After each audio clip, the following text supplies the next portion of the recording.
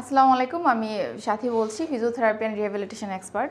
তো আজকে আমি যাদের হাঁটুতে সমস্যা, হাঁটু ব্যথা, তাদের জন্য একটি ব্যায়াম দেখাবো। যাদের আসলে হাঁটুতে ব্যথা হয়, সেটা ইনজুরির কারণে হোক, সেটা কোনো রকম হাঁটুর ইন্টারনাল ডিটাচমেন্টের কোনো ইনজুরির কারণে কিংবা হাঁটুর ডিজেনারেটিভ চেঞ্জের কারণে।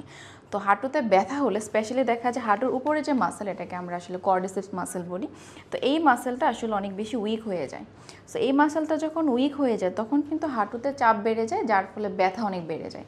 তো এই মাসেলটার যেন উইক না হয়, মাসেলের যেন অ্যাক্টিভেট থাকে, সেটা আমরা ব্যায়ামের মাধ্যমে ঠিক রাখতে পারি।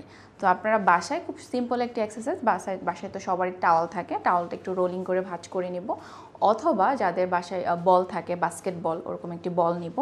বল নিয়ে দুই হাঁটুর মাঝে রাখবো এবং দুই হাঁটু দিয়ে এই বল কিংবা টাওয়ালটাকে জোরে চাপ দিব। চাপ দেওয়া অবস্থায় দুই পা সোজা করব এবং দুই পা একদম টান টান সোজা রাখবো। দুই হাঁটু দিয়ে মাঝের টাওয়ালটাকে চাপ দিব। চাপ দিয়ে 10 সেকেন্ড কাউন্ট করব।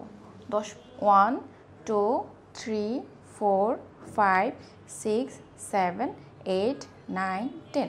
আমরা কাউন্ট করতে পারি যেন আমি এখানে প্রেশার দেওয়া অবস্থায়, মাসেলটাকে কন্ট্রাক্ট করা অবস্থায় 10 সেকেন্ড হোল্ড করে রাখতে পারি।